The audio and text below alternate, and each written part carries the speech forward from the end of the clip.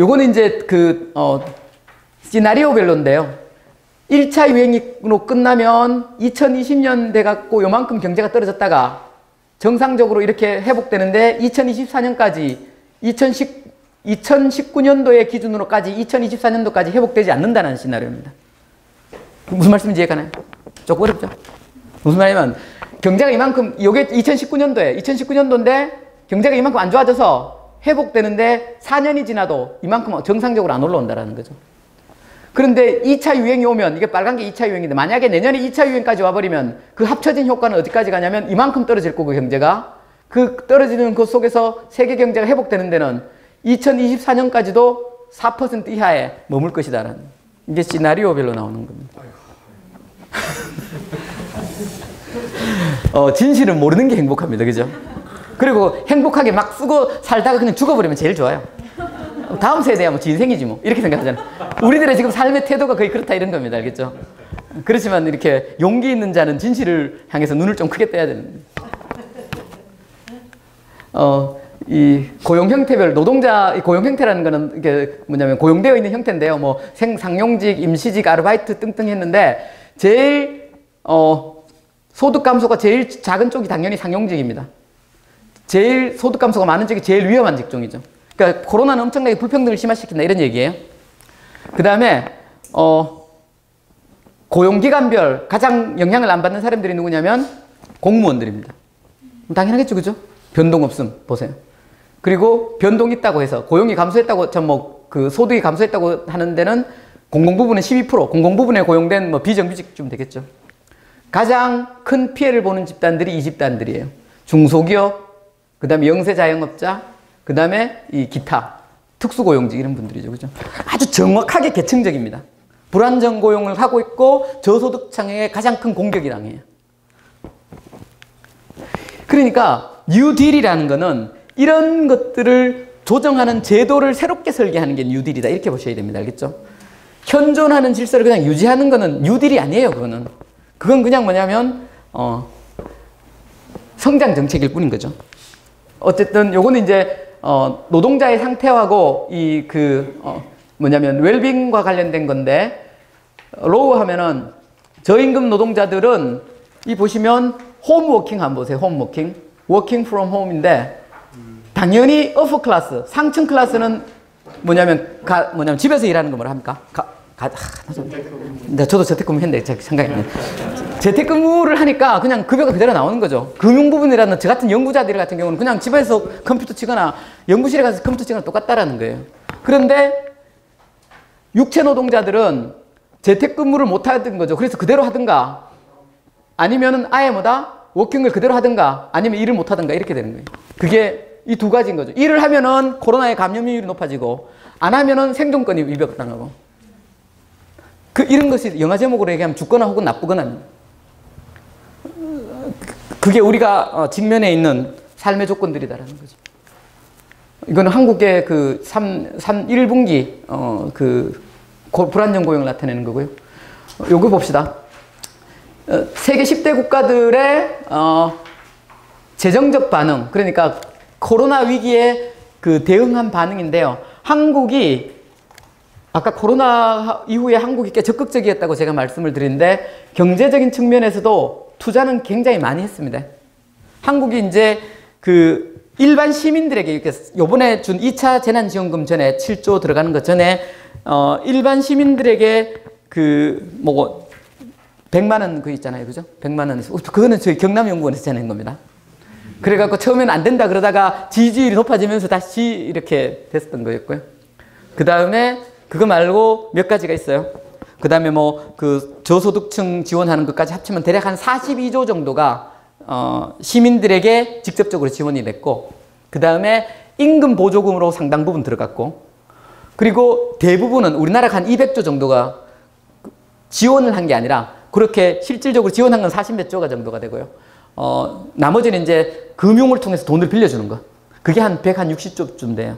그러니까 소상공인들, 일반 기업인들 해서 대출들을 막 늘리는 거죠. 대출들은 갚아야 되지만 어쨌든 전체적으로 액수로 봤을 때 한국이 그렇게 적은 건 아닙니다. 이게 이제 투입된 금액이 총 하면은 229조인데 여기에서 정부의 직접적인 지원금이 대략 요건 좀 민생과 고용 부분에서 한 47조 정도가 들어갔고요. 나머지 170조는 기업들에게 지원한 건데 가끔씩 이렇게 비판하는 사람들이 있습니다. 왜 기업들에게는 175조를 지원하느냐? 멍청한 질문입니다. 알겠죠? 기업 망하면 어떻게 됩니까? 그렇죠. 해야 돼요. 그러니까 기업도 지원을 하고 우리도 더 이만큼 지원하라고 얘기해야지 기업 지원하는 거는 기업에 대한 특혜다 그러면 그 기업 지금 현금 유동성 떨어지면 망해요. 기업들이 3개월을 못 버팁니다. 그렇기 때문에 기업도 지원을 하고 누구한테는 노동자들과 비고용자들과 특수직 고용자들 같은 열악한 지위에 있는 노동자들은 더 많이 지원하는 그런 방식의 개입이 조금 필요한 거죠. 처음에는 엄청나게 막 세계적으로도 막 지원을 했어요. 그런데 어떻게 생각했냐면 저걸 3, 4월 달까지만 하더라도 6월 달쯤에 끝난다고 예상하고 있었어요. 이 팬데믹이. 그런데 한 5월 달쯤 올려부터 이게 통제가 안 될 가능성이 많다는 게 나오고 그 다음부터 이제 2차 유행 나오면서 적어도 약 개발하는 거 있잖아요. 백신 개발에 대해서 아무리 빨라도 최근에 이제 대선 12월쯤에 이렇게 이제 사용을 승인한다고 하는데 아직까지 완벽하게 그된가 아니고 불안정함을 고려하면서 받아들이면서 이제 하는 건데 그건 3차 이 실험들이 제대로 안 됐기 때문에 안전성 문제가 걸려있기 때문에 그렇지만 어쨌든 워낙 미국이 지금 확산되는 분위기이기 때문에 빨리 승인될 가능성이 있지만 그래도 안전한 것이 나오려면 적어도 내년 중반기는 돼야 된다. 후반기는 돼야 된다는 게 일반적인 얘기죠. 그죠? 대통령께서 국내에 이렇게 기업들에게 모든 지원을 다 하겠다고 하시는데요. 제가 보니까 굉장히 쉽지 않습니다. 그거 개발하는 거는 우리가 공부를 해본 결과로는 다 어렵다고 얘기를 하더라고요. 쇼를 하는 거죠. 어쨌든 그렇습니다. 여기 보시면 이게 한국의 가계비 수준이고요. GDP 대비 가계비 비중이 2019년도에 37.9%입니다. 요거는 OECD 국가들 중에서 이런 국가들에 비해서 훨씬 더 재정이 안정되어 있다는 거죠. 재정이 안정되어 있는데 요걸 보시면 가계부채 비중입니다. 가계부채 비중에서는 한국이 전 OECD 주요 국가들 중에서 한 5위쯤 5, 6위쯤 돼요. 정부가 재정적으로는 건강한 수준에서 거의 5, 6위쯤인데 이건 다 이거 망한 나라들입니다. 에스토니아, 그 다음에 룩셈부르크는 워낙 잘 나가는 나라고 원래. 나머지는 이렇게 체흐 이런 나라들이죠, 그죠? 그런데 여기 보시면 한국은 어떠냐면 정부는 흑자고 쉽게 말해서 정부는 재정이 안정돼 있고 가계는 힘든 겁니다. 이게 이렇게 이해하시면 됩니다. 가계는 힘들고 정부는 적자다라는 거는 가계가 경제적으로 어려울 때 경기 부양 정책, 일자리 창출 정책을 한국이 제일 안 한 나라다 이렇게 이해하시면 됩니다. 그러니까 너희들은 어디서 알아 해라? 각자 알아서 해라 이거죠. 그래서 임금이 싼 데서 일을 하든 어떻게든 일자리를 스스로 알아서 하라는 겁니다. 유럽이나 미국 같은 경우는 그렇진 않아요. 특히 일본도 마찬가지입니다. 아베를 우리가 굉장히 비판하고 반대하고 하지만 어쨌든 일자리를 만들기 위한 굉장히 적극적인 걸 해요. 그래도 성장을 잘 안 해서 문제지만 일본 경제가 갖고 있는 고질적인 문제인데요. 지금 제가 몇 시까지 하면 되죠? 15분. 예. 어쨌든 그렇습니다. 예, 알겠습니다. 5분만 더 주십시오. 20분. 네, 죄송합니다. 어쨌든 그랬는데 요 그림 한번 볼게요. 요 보시면 요 빨간색 검은 선이 한국입니다. 한국의 재정 운용은 요 선이 0이거든요. 요게 0을 나타내는 건데 0 위에 있으면 흑자, 0 밑에 있으면 적자입니다. 한국은 항상 뭐였습니까? 흑자였죠. 그런데 그 흑자 규모가 2017년도, 2018년도 더 커져요. 그러니까 경기가 안 좋은데 흑자를 하는 거는 흑자 재정을 하는 거는 넘어진 사람 밟아주는 역할을 하는 겁니다. 알겠죠? 그런 거기에 대한 비판들이 많으면서 작년에 2019년도에는 좀 재정을 조금 늘렸어요. 그래도 흑자였죠. 그래도 흑자였는데 여기 2019년입니다. 그 다음에 2000년대에 들어와서 2020년에 들어와서 유럽은 전 보세요. 전부 다 뭐 하는 겁니까? 늘 적자였습니다. 알겠죠? 늘 적자였는데 다른 국가들의 적자 규모는 2020년 올해 팬데믹 있고 난 다음에 적자 규모는 다른 국가들은 대략 한 4%에서 6%에서 8% 사이에 있는데 한국은 경제자가 가장 정상적인 형태를 띠고 있기 때문에 재정 적자를 하더라도 어느 정도밖에 안 된다? 2%밖에 안 한다라는 거죠. 그죠? 이번에 그 기재부에서 재정 준칙을 발표를 했어요. 이렇게 표현할 수 있죠. 미친놈 지랄을 한다. 이렇게 표현할 수 있습니다. 그렇죠? 그래서 봐보세요. 재정 준칙이 어디에 나오는 거냐면 유럽 협약을 할 때 만들어진 게 재정 준칙이에요. 뭐 기준도 없습니다. 그냥 3% 재정 적자 규모를 3% 이하로 제한해라라는 게 재정 적자의 기준인데 유럽의 그 기준이에요. 그러나 유럽을 그 지킨 나라 거의 없습니다. 알겠죠? 여기 보시면 요때 한번 봐보세요. 2000 보면 이게 지금 3%가 이 수준인데 많은 국가들이 위험하면 뭡니까? 필요하면 써요. 돈을. 다시 올리긴 하지만 만약에 재정 준칙이 3%에 맞춰 있으면 요 이하로 어찌 되는 겁니까? 쓸 수 없도록 만드는 겁니다. 알겠죠? 지금 유럽 같은 경우 5%, 6%, 7% 이렇게 가잖아요. 위기가 오면 이렇게 써야 돼요. 써야 되지. 너무 이렇게 뭐냐면 이 재정적인 문제를 보수적으로 운영하는 거는 고통을 너희들 스스로 알아서 해결하라는 정부가 책임을 지지 않는 거죠. 이제 그런 상태가 지금까지 경제 상태였습니다. 그럼 앞으로 어떻게 할 거냐라는 건데 아까 이거는 이제 그 온실가스 배출인데요. 지금까지 이렇게 쭉 배출을 하고 있었는데 현재 상태가 유지되면 이렇게 간다는 겁니다. 현재 상태가 유지되면 이렇게 가는데 우리가 1.5도씨로 지구의 온난화를 수준을 낮추려면 이 석탄 감축을 이렇게 쭉 해야 된다는 겁니다.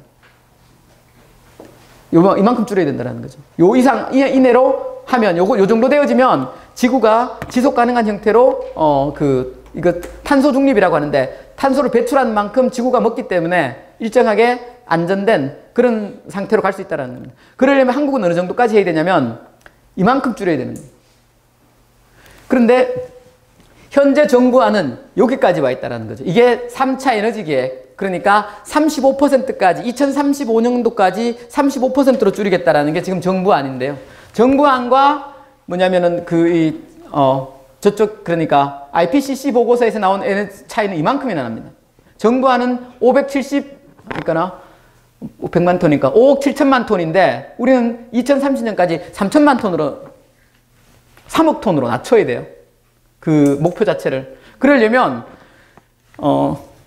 가능한 모든 수단을 동원해서 뭡니까? 탄소 저감을 위해 노력을 해야 됩니다. 아마 아예 기재부 입장에서는 그건 못 맞춘다는 가정하고 저렇게 지금 짠 거죠. 그러나 2035년까지 재생에너지 비율을 35% 정도까지 한다는 거 지금 우리나라 한 8% 정도 되는데요. 그 중에서 한 5%는 바이오 뭐 이런 겁니다. 목재 사와서 이렇게 하는 거 있거든요. 바이오 가스. 그거고 실제로 태양광과 풍력은 3.3%도 안 됩니다. 전 세계적으로 그러니까 선진국 중에서 2만 달러 이상 국가들 중에서도 아마 제일 작을 겁니다. 거의 안 하고 있는 거죠. 그래서 7.6%씩 낮춰야 아까 말씀드린 목표를 1.5도씨의 목표를 이룬다는 거고요. 이렇게 한번 봅시다. 필립 헬스톤이라는 분이 민주주의, 법치, 시민권리, 정치적인 모조리 위협당할 거다라는 거예요. 왜 그런지 압니까, 여러분? 유럽이 지금 사회적으로 위기가 온 이유가 뭐죠, 유럽이 우리가 복지국가라고 하잖아요. 그럼 유럽 가보세요. 지금 난립니다. 유럽이 사회적인 위기가 온 거는 난민 때문이죠. 난민은 왜 만들어졌어요? 전쟁 때문에 만들어졌어요. 전쟁은 누가 했습니까? 나토가 했습니다.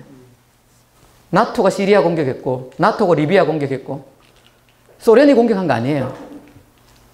그래서 시리아 공격으로 100만 명의 난민이 만들어졌는데 그 100만 명의 난민을 터키가 지금 난민 보호소에서 보호하고 있으면서 유럽에서 돈을 대고 있고요. 그 중에서 빠져나가는 사람들이 유럽으로 가서 지금 유럽의 난민 위기를 만들어내고 이것이 뭐를 만들어내냐면 구구파의 성장의 핵심적인 원인입니다. 미국 유럽에서의 구구파의 성장.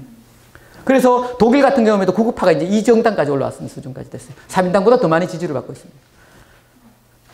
트럼프를 지지하는 이유는 미국 노동자 계급들이죠.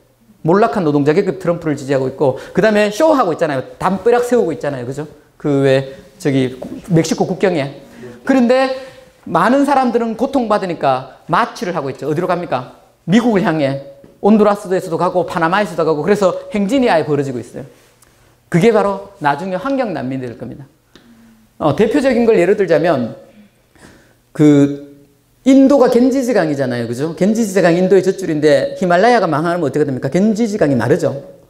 그게 몇 억기 인구가 생존이 걸려 있어요. 자카르타는 이미 뭐를 하고 있냐면 자카르타가 어디죠, 여러분? 인도네시아의 수도 있잖아요.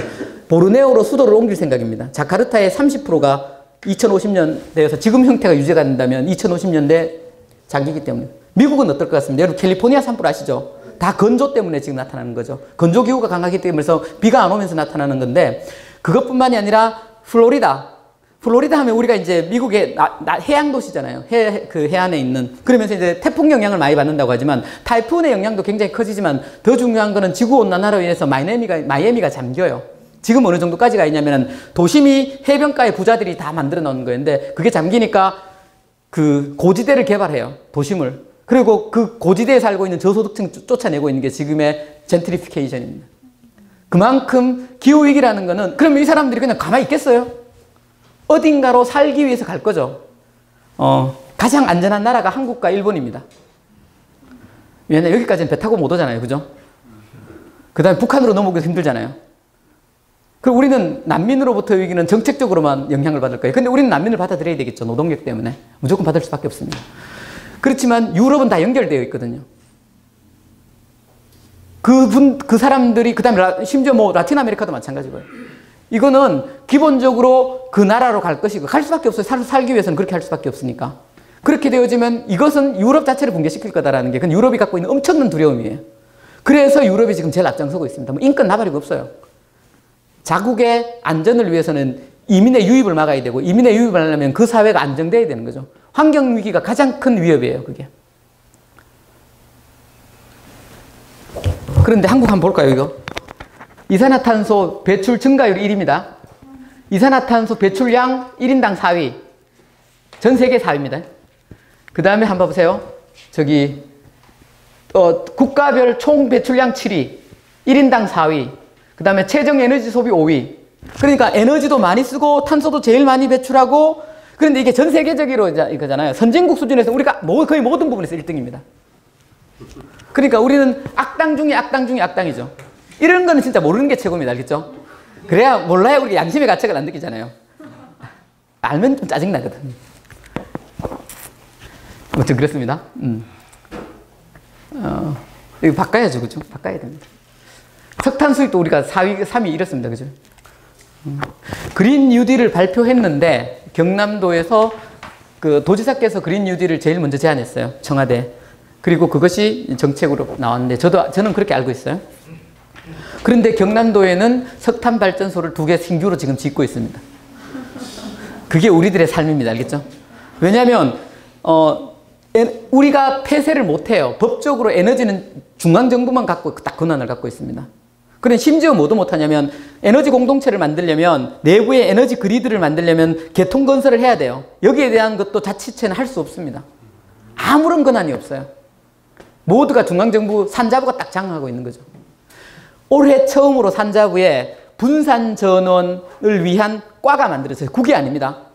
정책을 실제 집행한 건 국 정도가 돼야 뭐 국과 이렇게 있잖아요. 그런데 국이 아니라 과가 하나 만들어졌는데 그게 올해 만들어졌어요. 분산전원. 분산전원이라는 거는 여러분들이 발전을 해갖고 여러분들이 직접 쓰려면 기존의 그 개통을 예컨대 한전으로부터 안 가져오고 자체적으로 쓰기 위한 게 분산전원이에요. 그러니까 에너지 마을 공동체 뭐 그런 것처럼. 근데 지금은 어떻게 하냐면 태양광 발전회가 여러분 직접 씁니까? 팝니까? 돈 때문에 파는 겁니다. 알겠죠? 파고 있어요 지금. 그리고 팔고 그래서 높은 가격을 받고 쓰는 거는 석탄으로 발전된 걸 우리가 쓰고 있죠. 참으로 합리적이죠. 그죠? 돈 되잖아. 그리고 실질적으로 그 태양광 발전을 하도록 하는 부축일 때 우리가 나도 그것 때문에 해볼까 이렇게 생각 중이에요. 알겠죠? 뭐 아니 농담이고요. 제가 땅이 있어야죠. 어쨌든 여러분 굉장히 우리가 이제 모순된 삶을 살고 있다라는. 그럼 지금 지자체에서 울산 같은 해상 방일전 하려고 하잖아요. 예. 그럼 방법은 자체적으로 하려고 하는 그런 논리 아니면 한전은 또 파는 거죠. 지금은 다 파는 겁니다. 그래서 그걸 자체적으로 하기 위해서는 법을 바꿔야 돼. 지방자치법도 바꾸고 에너지와 관련된 법 체계를 다 바꿔야 됩니다. 그 것들이 진짜 첫첩산중이에요 지금. 이제는 적어도 뭐는 나왔냐면 국회의원들, 특히 민주당에 있는 국회의원들이 문제의식은 굉장히 커졌어요. 문제의식은 커졌고 그걸 하겠다는 의지도 있고요. 다만 그거를 강제하는 힘이 없다라는 거죠. 시민사회가 그 환경운동을 하시는 분들의 영향력이 너무 작거든요. 조직도 잘 안 돼 있고. 어쨌든 그렇습니다. 그러면 이제 어떤 사업을 해야 되느냐.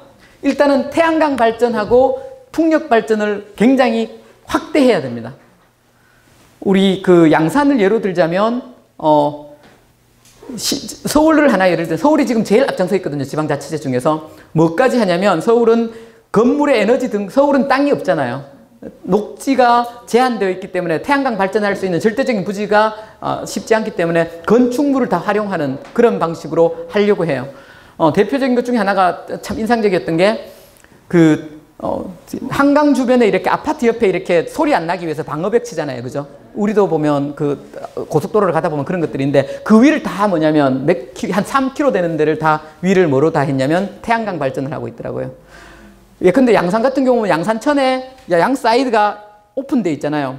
그런 것들에 한쪽을 까는 거죠. 왜냐하면 뭐 양산천 같은 경우는 차 지나가는 것도 없기 때문에 시선을 방해하는 것도 아니거든요. 이게 시선을 방해하게 되면 위험하기 때문에 좀 힘들지만 그런 것들을 계속 개발하고 있어요, 서울은. 그래서 시민들한테 뭐를 주냐면 이런 태양광 발전을 할 수 있는 곳을 신고해라라는 거죠. 신고하라는 거는 알려주라. 그러면 그걸 보상해주고 거기에 그 태양광 발전을 설치하고 주민들을 거기에 소유자로 참여시키는 거죠. 그래서 수익성도 일정하게 보장하고. 어쨌든 그런 식의 문화는 어쨌든 현재 우리나라에서는 서울이 제일 되어 있는데 서울은 그런 이유가 있죠. 왜냐하면 우리는 어쨌든 간에 넓은 땅이 있기 때문에 경남은 안 하고 있지만 안 하고 있죠. 그죠? 안 하고 있지만 넓은 땅이 있기 때문에 그 공유지를 제일 활용하는 거죠. 공유지를 활용해서 발전을 많이 할 수 있습니다. 그 다음에 또 경남한테 또 이제 태양광을 일단 많이 하고 그리고 난 다음에 그것을 새로운 계통을 건설해야 돼요. 왜냐하면 지금은 아까 우리가 발전을 해갖고 누구한테 한다 그랬습니까? 발전회사, 한전자회사한테 팔고 법에서 한전자회사는 100을 생산하면 3% 정도는 재생에너지를 쓰라고 법에 규정되어 있기 때문에 무조건 걔들이 사야 돼요. 근데 3%만 해놨습니다. 한 50%를 해야 이렇게 뭐냐면 더 많이 적극적으로 살려고 할 건데 자기들은 뭐로 발전을 하고 석탄으로 발전하고 이제 시민들이 발전시키는 것을 좀 가격을 높게 쳐줘서 가져와서 이렇게 그 3%를 채우는 수준인데 그것들을 바꿔야 되는 거예요. 그 과정들을 다 바꿔야 됩니다. 에너지 가격 때문에 그런 거 아니에요? 실제로? 맞습니다. 그죠? 우리나라처럼 에너지 가격을 싸게 공급하는 나라가 별로 없어요. 그래서 일본에서는 WTO에서 이걸 제기하려고 했었어요. 한때는. 무슨 말이냐면 너네들 사실상 그거 보조금 아니냐. 기업 보조금이다. 일반 보조금이다. 그러면 그거 이제 하진 않았는데 어쨌든 그런 일들이 있었던 거죠. 그 에너지 가격을 그러면 정상적으로 에너지 가격을 높여야 되는 거죠. 그런데 왜 에너지 가격이 그렇게 싸냐면 우리는 원전을 건설하는 비용과 원전을 해체하는 비용은 에너지 가격에 책정을 안 해요. 그러니까 당연히 싸게 공급이 되는 거죠. 그런데 만약에 원전 해체 비용까지 그걸 포함시킨다고 해보세요. 그거는 천문학적으로 올라갑니다. 지금 아직 고리 1기 우리 폐쇄했지만 저준위도 어떻게 해결할지 합의가 없는데 고준위는 아예 생각도 못하고 있고요. 여러 가지 과정들이 많이 있는데 그 원전 그렇고 그 다음에 태양광 석탄 발전도 마찬가지죠. 건설 과정에서 드는 비용을 원가에 포함 안 시켰기 때문에 그렇습니다. 그래서 원가가 싼 거죠. 미국이나 이런 데는 원가를 다 포함시킵니다. 알겠죠? 그래서 계산을 해서 태양광이 훨씬 더 싸게 나왔다. 이제 태양광의 그 발전 비율이 싸게 나옵니다. 요거 그림 한번 보여드리겠습니다. 이게 2010년도에 킬로와트당 태양광 발전 비용인데 2017년도에 킬로와트당 태양광 발전입니다. 0.36달러에서 0.1달러로 떨어져요. 거의 6년 만에 태양광 발전 비용이 67% 떨어집니다. 엄청나게 기술 진보가 이루어지면서 발전 단가가 확 싸지는 거죠. 그러니까 여기 한번 봐보세요. 2018년도에 국제에너지기구가 밝힌 바에 따르면 신규 투자는 재생에너지 투자는 66.7%입니다. 거의 대부분 이제는 어디로 간다는 겁니까? 에너지 관련된 투자가. 재생에너지로 가고 있고 재생에너지로 가는 나라가 많아지면 많아질수록 환경기준은 빨리 강화시킬 겁니다. 환경기준의 핵심은 뭐냐면 무역제재예요. 한국은 아시겠지만 10개를 생산해갖고 4개를 수출하는 나라거든요. GDP 대비 40%가 우리가 수출하는 나라예요. 유럽과 미국, 중국은 태양광 발전 비중이 15%나 됩니다. 우리보다 훨씬, 우리가 뭐 중국은 석탄을 제일 CO2를 가장 많이 압도적으로 많이 이렇게 방출하는 나라이지만 체제가 바뀌고 있다는 걸 알고 있고, 그래서 어떻게 하냐면 사막지대에 있잖아요. 엄청나게 넓은 태양광 발전단지를. 오스트레일리아 같은 경우는 한국의 면적의 한 단지가 한국 면적의 4분의 1 되는 태양광 발전단지를 만들어요.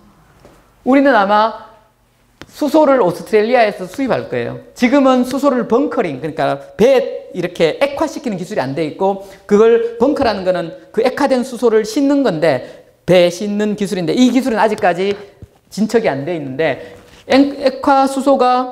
수소를 액화시킬 수 있고, 이걸 배에 실을 수 있다면 우리는 수소를 수입해서 쓰면 돼요. 그러니까 어디에서 수입하면 되냐면 오스트레일리아에서 수입하면 되는 거죠. 어차피 뭐 석유도 지금 수입해 하는데. 그러니까 우리는 빨리 수소 체제로 가는 것이 우리한테 훨씬 더 유리해요. 지금 현재 연료전지 생산 수준은 현대자동차가 세계 1위입니다. 단가 경쟁에서도 압도적이에요. 그러니까 다른 말로 하면 재생에너지 중심으로 가면 한국 지역 기업의 제조업의 경쟁력이 훨씬 더 커질 가능성이 있어요. 왜 그러냐면 우리나라는 조선의 제조 역량이 제일 뛰어나요. 조선의 제조 역량이 제일 뛰어난데, 조선은 뭐로 바뀔 거냐면 2030년대 중반으로 가면 뭐로 가냐면은 수소 추진으로 갑니다. 이거는 지금은 LNG 추진으로 가는데, 그거는 LNG는 다 뭐라고 얘기하냐면 단계일 뿐이라고 얘기하거든요. 왜냐하면 LNG도 뭐를 방출하기 때문에, CO2를 방출하기 때문에 그건 단계인 거고, 그래도 LNG로 바뀌면서 한국 조선업이 다시 살아났어요. 왜냐하면 중국은 LNG선을 못 만들거든요. 그러니까 수소 추진선으로 빨리 바뀌면 빨리 바뀔수록 우리는 뭐가 된다? 유리합니다. 알겠죠? 그러니까 조선업은 그렇지 않으면 우리 망했을 거예요, 아마. 어디로 바뀌니까? 중국이 워낙 빨리 따라오는데 뭐 어떻게 해볼 수가 없어요. 왜냐하면 그 선사들이 주로 유럽에 있는데요. 그 유럽은 선사들의 배를 살 땐 자기 돈으로 사는 게 아니라 은행으로 돈을 빌려갖고 배를 사요. 그런데 그 돈이 들어오는 상당 부분이 중국 금융기관들로부터 돈을 빌려요. 그럼 당연히 중국 금융기관들은 누구 걸 사라고 하겠습니까? 중국 걸 사라고 하는 거죠. 그래서 중국이 마켓 시어가 막 늘어나고 있거든요. 그런데 기술적으로 막히면 어떻게 해볼 도리가 없죠. LNG선 가다가 멈춰버렸어요. 엔진이 꺼져갖고. 그리고 난 다음에 한국으로 왕창 다시 넘어오고 있거든요. 그러니까 그 다음에 태양광 발전을 하려면, 태양광 발전은 대표적인 중화학 공업입니다. 블레이드를 일단 생산해야 되고, 날개 있잖아요. 태양광이 아니라 풍력. 날개를 생산해야 돼. 이거 중화학이에요. 엄청나게 많은 그게 들어갑니다. 그럼 날개를 이렇게 돌면은 그 운동화에서 만든 에너지를 전기 에너지로 전환시켜야 되잖아. 감속기가 필요하고. 그 다음에 이 발전할 터빈이 필요합니다. 근데 이 터빈, 그 다음에 뭐 감속기, 그리고 그 블레이드 제작 다 지금 1위 하는 기업이 국내에서는 두산중공업입니다. 3월달에 우리 내부 회의 때, 이거 그린 뉴딜과 관련된 내부 회의 때 제가 친구들한테, 같은 박사님들한테 두산중공업을 사라 그랬어요. 그때 두산중공업 망하고 있었거든요. 막 언론에서 막 나오고 망하고 있습니다. 그때 얼마 하고 있는데 1,700원인가 2,000원 정도 하고 있어요. 지금 한 6,000원 정도 합니다. 알겠죠? 농담입니다. 나는 주식 투자를 안 하거든요. 주식 투자를 안 하기 때문에 뭐 저는 안 하는데, 어쨌든 그때 사람들이 다 웃었죠. 그 거래 안 한다는 2,000원 정도 되면 시장에서 거래 자체가 안 된대요. 그래서 어쨌든 투자하십시오, 여러분. 오늘 건강하게 이거 돈 버는 좀 아니 뭐 재밌게 해야 되니까 우리, 그죠? 요것만 말씀드리고 끝게.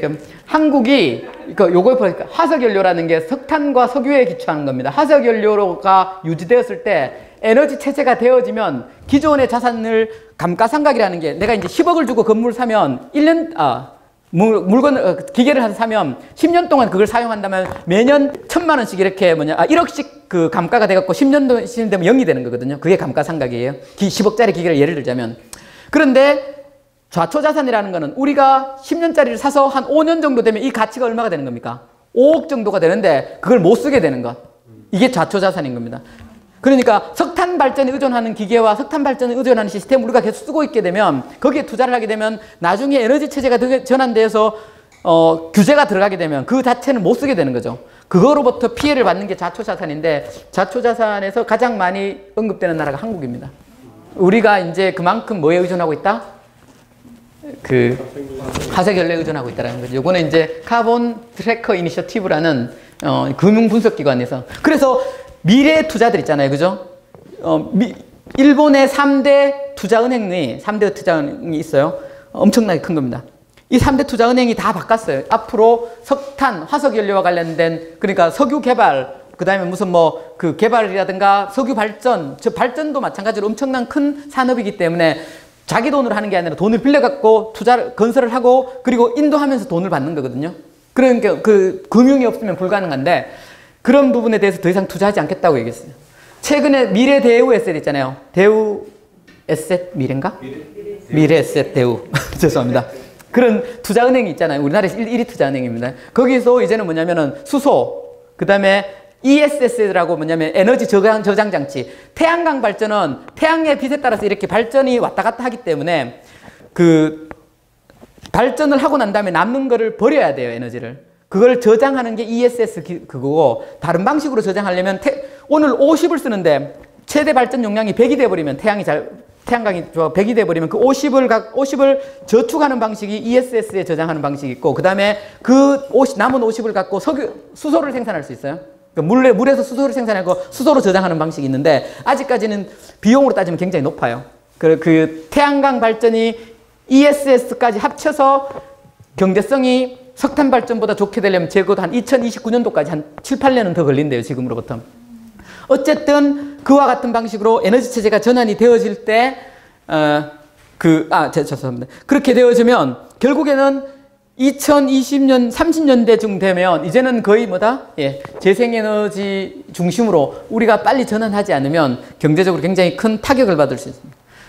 내가 왜 이런 얘기를 자꾸 하느냐면 재생에너지를 해야 됩니다. 해야 된다. 아무도 귀 안 기울입니다. 알겠죠? 먹고 살기 힘들어집니다. 이렇게 해야 우리나라는 좀 이렇게 정신을 좀 차리는 경향이 있어서 이런 데이터들을 가져와서 자꾸 얘기를 하는 겁니다. 실제로 기업들을 설득하는 건 이거밖에 저는 없을 거라는 생각이 들어요. 노동자들도 이걸로 설득해야 돼요. 당신네들 이렇게 하고 있다가 망한다, 이렇게. 그래서 좀 비용이 들더라도 그걸 감수하면서 우리가 시스템의 전환을 이끌어내야 된다라고 하고요. 이런 점들을 학교에서 난 좀 가르쳐야 된다고 생각합니다. 이런 것들 학교에서 가르쳐갖고 재생에너지와 관련된 방식으로 우리의 삶의 조건들, 사회적인 시스템, 제도의 기반 이런 것들이 바꿔야 된다고 생각합니다. 자, 오늘 강의는 여기서 일단 마치도록 하겠습니다.